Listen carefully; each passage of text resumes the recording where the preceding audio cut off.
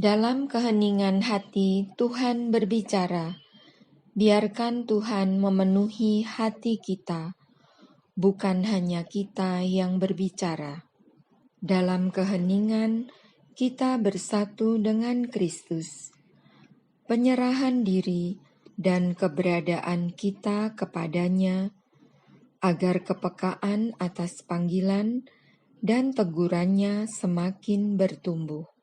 Ya, kadang terasa Tuhan bicara pada saya lewat peristiwa-peristiwa yang saya alami. Mungkin kita tidak bisa mendengar suara Tuhan dengan telinga kita, tapi kita bisa mendengar suara Tuhan dalam hati kita. Pastinya setiap hari berharap Tuhan berbicara nih kepada saya. Kalau lagi berdoa atau pas lagi memohon kepada Tuhan. Tapi memang seringkali tidak selalu saya dapat menangkap suara-suara itu. Tuhan berbicara melalui keheningan hati. Kalau dari pagi sampai malam itu sudah sangat sibuk, lalu begitu terus. Sulit sekali untuk menemukan keheningan atau suara dari Tuhan. Mungkin karena perkembangan teknologi, jadi semuanya dituntut harus cepat dan real time. Aku jadi ngerasa dunia aku berisik banget, kayak gak ada jeda dan gak ada waktu untuk menunggu. Kalau dulu ketika mengalami suatu hal yang tidak mengenakan buat saya selalu berpikir dengan diri saya sendiri, selalu mengolah secara pikiran saya sendiri. Saya tidak mau mendengarkan yang lain-lain. Tuhan tidak dapat didengar di tengah-tengah kebisingan dan gemuruh dunia. Ya, pergumulan yang pernah saya alami itu memang yang sangat berat itu adalah ketika di tempat kerja ya, di mana juga pernah dijelek-jelekan, difitnah. Ini memang saya tetap doa, tapi memang tidak menemukan jawaban Tuhan. Aku kemarin jatuh dalam titik terendah di hidup aku, dan aku sampai gak bisa bangkit lagi. Aku hening dan aku berdoa mencoba berdialog dengan Tuhan. Tuhan mengangkat aku pelan-pelan. Saya mencoba diam, tenang. Lalu saya juga melakukan meditasi kesehatan di mana saya memerlukan ketenangan diri. Bangun tidur saya sudah mulai dengan ritual-ritual saya, dimulai dengan meditasi, lalu saya coba tenang, lalu saya coba mengikuti misa, rosario dan sebagainya. Dampaknya apa? Ternyata ini meningkatkan imun tubuh saya, dan selain itu apa? Saya juga merasakan satu hidup yang baru yang belum pernah saya rasakan selama ini. Salah satu ayat yang menguatkan saya yaitu Mazmur 40 ayat 2. Aku sangat menanti-nantikan Tuhan, lalu Ia menjenguk kepadaku dan mendengarkan teriakku minta tolong. Itu sungguh menguatkan, dan setiap saya mengalami sesuatu saya ingat dengan ayat-ayat itu. Dari 1 Raja-Raja 19 ayat 11 sampai 12. Terasa sekali ini cocok banget dengan pengalaman sehari-hari dan Tuhan bicara melalui ayat tersebut.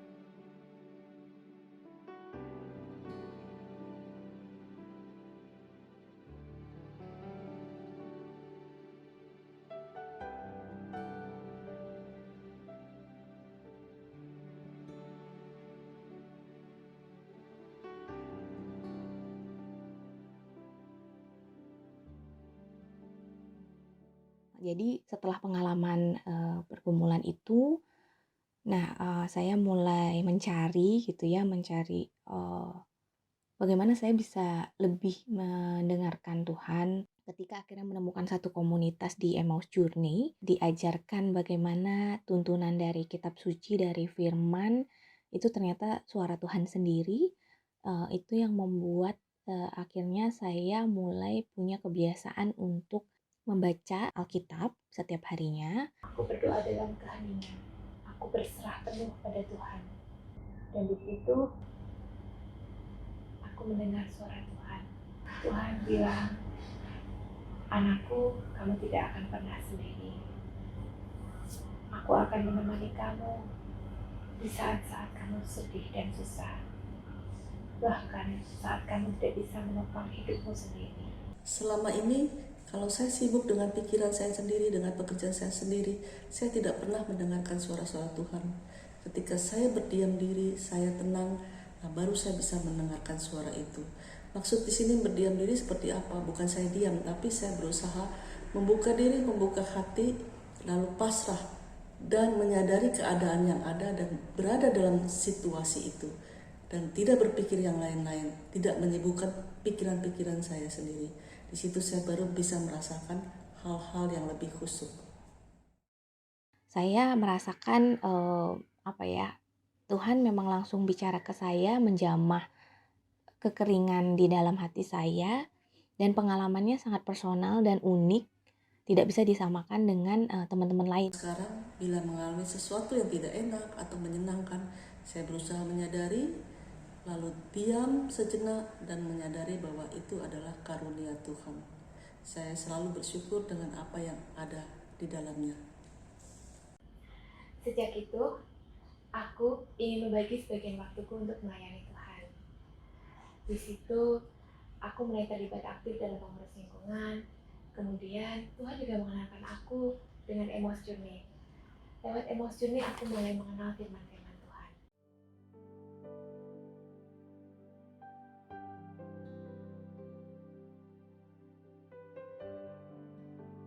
Cintailah keheningan. Keheningan adalah awal dari iman, sebab dalam keheningan kita belajar mendengar sabda Allah. Hening berarti berjaga-jaga, menjaga hati dan budi dari jebakan musuh. Hening berarti menjaga lidah dan kata, agar tidak keluar segala hal yang membuat diri sendiri dan orang lain jatuh dalam dosa. Tuhan Yesus benar-benar hadir ketika kita mau mencari Dia, gitu, mau menyempatkan mengambil waktu sejenak dalam keheningan, meninggalkan kesibukan sehari-hari untuk bertemu dengan Tuhan melalui bacaan, gitu. Apakah kita menyediakan waktu untuk berdoa dan mendengarkan sabdanya di zaman kita? Apakah kita cukup mencintainya sehingga mau mendengar dan menjawab seruan Kristus dari salib? Aku haus. Sebelum kita melayani dan memberi diri, hendaklah kita terlebih dahulu duduk diam dalam keheningan untuk membangun relasi dengannya dan merasakan kehadiran Yesus Kristus, sahabat seperjalanan kita yang senantiasa hadir menyertai, menemani, melayani, menyembuhkan, dan mendampingi kita dalam situasi sulit dan ketakberdayaan. Bunda Maria merenungkan kata-katanya di dalam hatinya. Kita juga seperti Bunda Maria harus belajar keheningan yang akan memungkinkan kita untuk merenungkan kata-katanya di hati kita dan bertumbuh dalam kasih.